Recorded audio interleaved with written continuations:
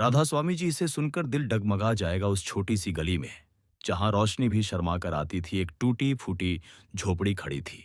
झोपड़ी छोटी थी, पर उसमें रहने वाले दिलों के सपने बड़े थे। यही थी वह जगह जहां हमारी कहानी की शुरुआत होती है। साक्षी की कहानी। साक्षी, जिसकी आंखों में सपने थे और हौसले में आसमान, लेकिन किस्मत ने उसे सिर्फ मुश्किलें दी थीं। उसकी मासूम मुस्कान के पीछे छिपा था एक ऐसा दर्द जिसे शब्दों में बयां करना मुमकिन नहीं। लेकिन शायद इसीलिए परमात्मा ने उसे चुना था, क्योंकि वह जानता था कि इस नन्ही सी जान में कितनी हिम्मत है। अपनी कहानी शुरू करने से पहले मैं आप सभी से पूछना चाहता हूं कि आप कहां से इस वीडियो को देख रहे हैं। कृपया कमेंट बॉक्स में अपने शहर या गांव का नाम लिखें और इस वीडियो को लाइक करके हमारे चैनल को सपोर्ट करें। और हाँ, आज के दिन को शुभ बनाने के लिए कमेंट बॉक्स में राधा स्वामी जी जरूर लिखें। अब चलिए साक्षी की इस अद्भुत यात्रा का हिस्सा बनते हैं, जिसने एक गरीब लड़की के जीवन को बदल कर रख दिया। गांव की तंग गलियां और धूल भरे रास्ते साक्षी के बचपन के साथ ही थे। जब दूसरे बच्चे स्कूल जाकर खेलते कूदते, तब साक्षी अक्सर चुपचाप उन्हें देखती रहती। उसकी माँ रात दिन मेहनत करती, लेकिन गरीबी का साया इतना गहरा था कि रोशनी भी उसके घर में डर कर आती थी। माँ, क्या मैं कभी स्कूल जा पाऊंगी? साक्षी की इस मासूम सी पूछ पर उसकी माँ की आंखें नम हो जाती और वह अपनी बेटी को गले से लगा लेती। उसकी माँ कमला सिर्फ एक माँ ही नहीं, बल्कि एक योद्धा थी, जिसने अपने पति के चले जाने के बाद अकेले ही परिवार का बोझ संभाला था। जरूर जाएगी, मेरी बिटिया जरूर जाएगी, कमला हमेशा कहती, भले ही उसे खुद भी पता ना हो कि कैसे यह संभव होगा। और फिर एक दिन जैसे परमात्मा ने उनकी प्रार्थना सुन ली। गांव के एक धनी व्यक्ति ने कमला को अपने घर में काम करने का मौका दिया और बदले में साक्षी को स्कूल में दाखिला मिल गया। साक्षी के लिए यह सपने से कम नहीं था। पहले दिन वह स्कूल पहुंची तो ऐसा लगा जैसे दुनिया के सारे रंग उसके लिए नाच रहे हों। मगर खुशियां हमेशा थोड़ी देर के लिए ही होती हैं, खासकर जब आपकी किस्मत में दर्द लिखा हो। स्कूल में बच्चे उसके फटे कपड़ों को देखकर हंसते, उसके साथ खेलने से मना करते और यहां तक कि उसकी झूठी थाली से भी दूर भागते। अरे देखो, गरीब की बेटी आज स्कूल आई है, क्या तुम्हारे पास पेंसिल है भी, या सिर्फ दिखावा करने आई हो? उनके ताने साक्षी के छोटे से दिल पर तीर की तरह चुभते। एक बार जब स्कूल में फीस जमा करने का समय आया, तो कमला के पास पैसे नहीं थे। वह मदद के लिए गांव के मुखिया के पास गई, उसी धनी व्यक्ति के पास जिसके घर वह काम करती थी। मुखिया जी, मेरी बिटिया बहुत होशियार है, बस थोड़ी सी मदद चाहिए। अगली बार मैं दोगुना काम करूंगी, कमला ने गिड़गिड़ाते हुए कहा। लेकिन मुखिया ने उन्हें सबके सामने इतना अपमानित किया कि साक्षी, जो वहीं खड़ी थी, कि दिल में गहरा जख्म हो गया। इतनी ही फिक्र है अपनी बेटी की, तो भीख मांगने से पहले अपने आप को देखो। तुम जैसे लोगों के बच्चे पढ़कर क्या करेंगे? आखिर में तो नौकर ही बनेंगे। मुखिया के यह शब्द आज भी साक्षी के कानों में गूंजते हैं। उस दिन साक्षी ने ठान लिया, मैं दिखाऊंगी कि गरीबों के बच्चे भी सपने देख सकते हैं और उन्हें पूरा भी कर सकते हैं। वह रात को देर तक पढ़ती, दिन में स्कूल जाती और शाम को माँ के साथ घरों में काम करने जाती। कई बार भूखी सोती, लेकिन किताब कभी नहीं छोड़ती। साक्षी की मेहनत रंग लाई और वह क्लास में फर्स्ट आने लगी। इससे टीचर भी प्रभावित हुए और उन्होंने साक्षी की फीस माफ कर दी। मगर जीवन में कुछ भी आसान नहीं होता, खासकर जब आप गरीब हो। एक दिन स्कूल में एक नए टीचर आए। उन्हें साक्षी की स्थिति के बारे में पता नहीं था, और जब साक्षी अपनी फटी हुई किताब से पढ़ रही थी, तो वे चिल्लाए, यह क्या बदतमीजी है? ठीक से किताब क्यों नहीं लाती? तुम ऐसे कैसे पढ़ाई होगी? पूरी क्लास में हंसी फैल गई और साक्षी पहली बार टूट गई। उस दिन उसने स्कूल छोड़ने का फैसला किया।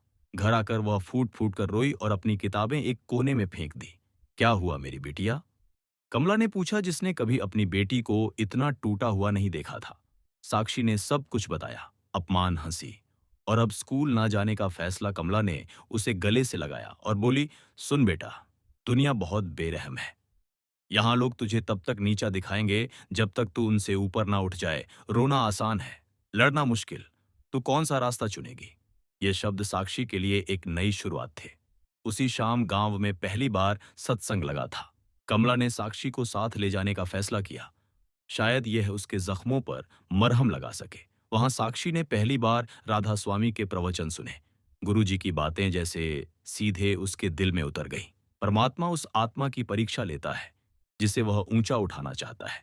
जिसके जीवन में जितना बड़ा संघर्ष होता है, उसके लिए परमात्मा उतना ही बड़ा इनाम तैयार कर रहे होते हैं। इन शब्दों ने साक्षी के अंदर एक नई आग जला दी। अगले दिन साक्षी फिर से स्कूल गई, इस बार नई ऊर्जा और दृढ़ संकल्प के साथ। जब उस टीचर ने फिर से उसका मजाक उड़ाया, तो साक्षी ने शांति से कहा, सर, मेरे पास नई किताब नहीं है, लेकिन मेरे पास सीखने की इच्छा है। क्या यह काफी नहीं है? उसके इस जवाब ने सभी को चौंका दिया, खासकर टीचर को। वह हैरान थे कि इतनी छोटी उम्र में इतनी समझदारी। उस दिन के बाद वही टीचर साक्षी के सबसे बड़े समर्थक बन गए। कभी कभी जीवन में हम इतना परेशान हो जाते हैं कि हंसना भूल जाते हैं। गुरुजी का यह वाक्य साक्षी ने अपने दिल में बसा लिया था। अब वह हर मुश्किल में भी मुस्कुराती, और शायद यही उसकी सबसे बड़ी ताकत थी। एक दिन जब साक्षी स्कूल से आ रही थी, तो उसने देखा कि मुखिया जी का छोटा बेटा रामू सड़क के किनारे रो रहा था। उसने अपनी साइकिल से गिरकर घुटना छिल लिया था और खून बह रहा था। अन्य बच्चे बस देख रहे थे, कोई मदद नहीं कर रहा था। साक्षी रुकी, अपना रुमाल निकाला और रामू के घाव पर बांध दिया। फिर उसे अपने कंधे पर सहारा देकर घर तक पहुंचाया। तू तूने मेरे बेटे की मदद की? मुखिया की पत्नी ने हैरानी से पूछा। हाँ आंटी, दर्द तो सबको एक जैसा ही लगता है, चाहे वह अमीर हो या गरीब, साक्षी ने मुस्कुराते हुए कहा। उस दिन मुखिया की पत्नी ने साक्षी को एक तोहफा दिया, एक नई स्कूल किट जिसमें किताबें, पेंसिल और एक नया बैग था। साक्षी की खुशी का ठिकाना नहीं था। वह घर भागी और अपनी मां को सब कुछ बताया। देखा मां, गुरुजी ने कहा था ना, अच्छे कर्म का फल हमेशा मिलता है। साक्षी अब हर दिन सत्संग जाने लगी थी। गुरुजी की बातें उसके जीवन का मार्गदर्शन करने लगी। ध्यान लगाओ, कर्म करो और भरोसा रखो। यह तीन बातें साक्षी का मंत्र बन गई। स्कूल में उसका प्रदर्शन दिन ब दिन बेहतर होता गया। उसकी मेहनत देखकर टीचर ने उसे एक स्पेशल स्कॉलरशिप के लिए नॉमिनेट किया, जो शहर की एक बड़ी स्कूल द्वारा दी जाती थी। लेकिन फिर से मुश्किलें आई।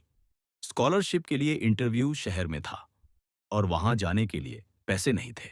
साक्षी निराश हो गई, लेकिन गुरुजी के शब्द फिर से उसके कानों में गूंजे। जब परमात्मा रास्ता दिखाते हैं, तो वह उस पर चलने का साधन भी देते हैं।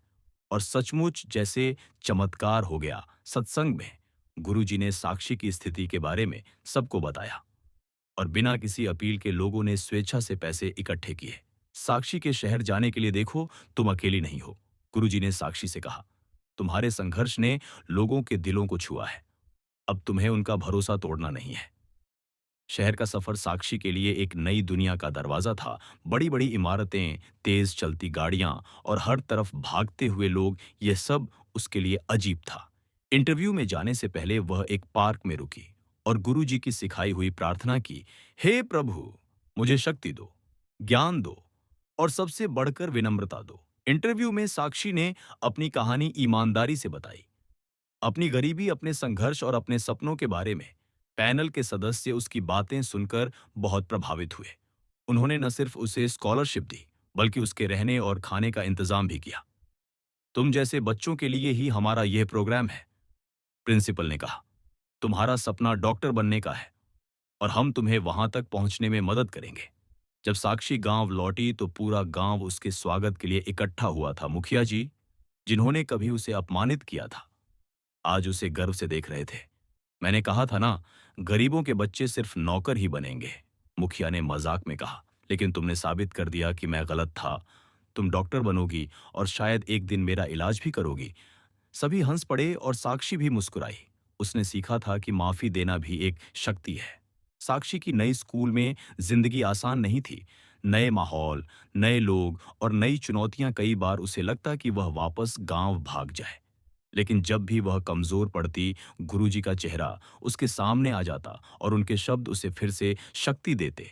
जिंदगी में सबसे बड़ा डर असफलता नहीं, बल्कि अपने आप को ना पहचानना है। शहर में रहते हुए साक्षी ने गरीब बच्चों को पढ़ाना शुरू किया, जो स्कूल नहीं जा सकते थे। वह अपने हॉस्टल के पास एक पार्क में हर शाम उन्हें बुलाती और मुफ्त में पढ़ाती। कभी कभी वह अपने लंच का हिस्सा भी उनके साथ शेयर करती। जब मैं तुम्हारी उम्र की थी तब मुझे भी सिर्फ एक मौके की जरूरत थी। वह उन बच्चों से कहती, अब मैं तुम्हें वही मौका देना चाहती हूँ। एक दिन हॉस्टल के वार्डन ने साक्षी को यह काम करते देखा। तुम क्या कर रही हो?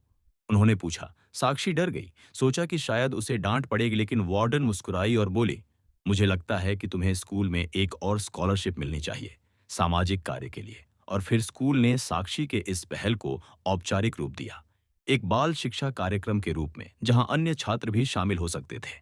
साक्षी इस प्रोग्राम की लीडर बनी। देखो कितना अजीब है ना। एक दिन साक्षी ने अपनी मां से फोन पर कहा, एक वक्त था जब मैं स्कूल नहीं जा सकती थी और आज मैं दूसरों को पढ़ा रही हूँ। गुरुजी कहते हैं, जो दर्द हमने सहा है उससे दूसरों को बचाओ, तो वही सच्ची सेवा है। साक्षी की मेहनत रंग लाई और वह हर परीक्षा में टॉप करने लगी। स्कूल खत्म होने के बाद उसे मेडिकल कॉलेज में दाखिला मिल गया। पूरी स्कॉलरशिप पर तुम्हारी कहानी, तुम्हारा संघर्ष और तुम्हारा समर्पण, ये सब हमें प्रेरित करते हैं। डीन ने दाखिला देते हुए कहा, है विश्वास है कि तुम एक बेहतरीन डॉक्टर बनोगी। मेडिकल कॉलेज में भी साक्षी ने अपना सामाजिक कार्य जारी रखा। हर रविवार वह अस्पताल के बाहर गरीब मरीजों के लिए एक मुफ्त स्वास्थ्य शिविर लगाती, जहां सीनियर डॉक्टर्स की देखरेख में बुनियादी स्वास्थ्य जांच की जाती। साथ ही वह सत्संग भी लगाती, जहां लोग आकर अपना दुख दर्द बांटते और गुरुजी के उपदेशों से शांति पाते। साक्षी बेटी, तुम्हारे जैसे ही लोग हमारे समाज का भविष्य हैं।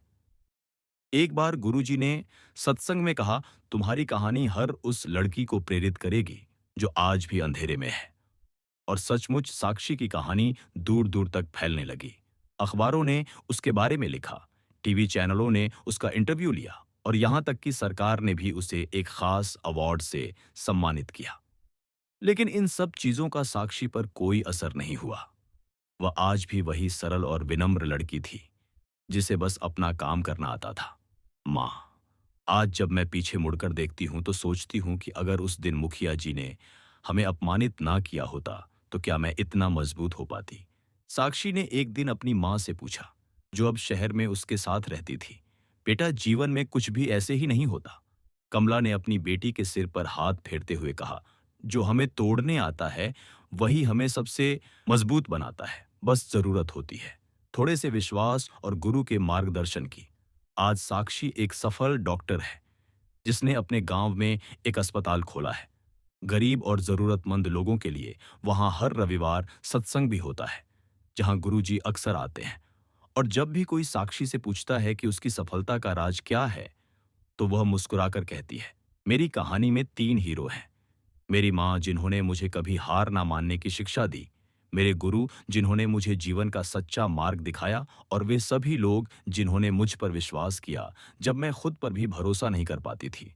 गरीबी और अपमान से शुरू हुई इस यात्रा ने साक्षी को सिखाया कि असली अमीरी दिल में होती है, बैंक खाते में नहीं। और गुरु का सहारा ही था जिसने उसे हर मुश्किल घड़ी में संभाला और आगे बढ़ने की प्रेरणा दी। आज वह सिर्फ एक डॉक्टर नहीं, बल्कि हजारों लड़कियों के लिए एक मिसाल है। अगर साक्षी कर सकती है तो हम भी कर सकते हैं। और यही है साक्षी की कहानी, एक ऐसी कहानी जो हमें सिखाती है कि मुश्किलें कितनी भी बड़ी हो, अगर हमारे पास विश्वास, मेहनत और सही मार्गदर्शन हो तो हम अपनी किस्मत खुद लिख सकते हैं।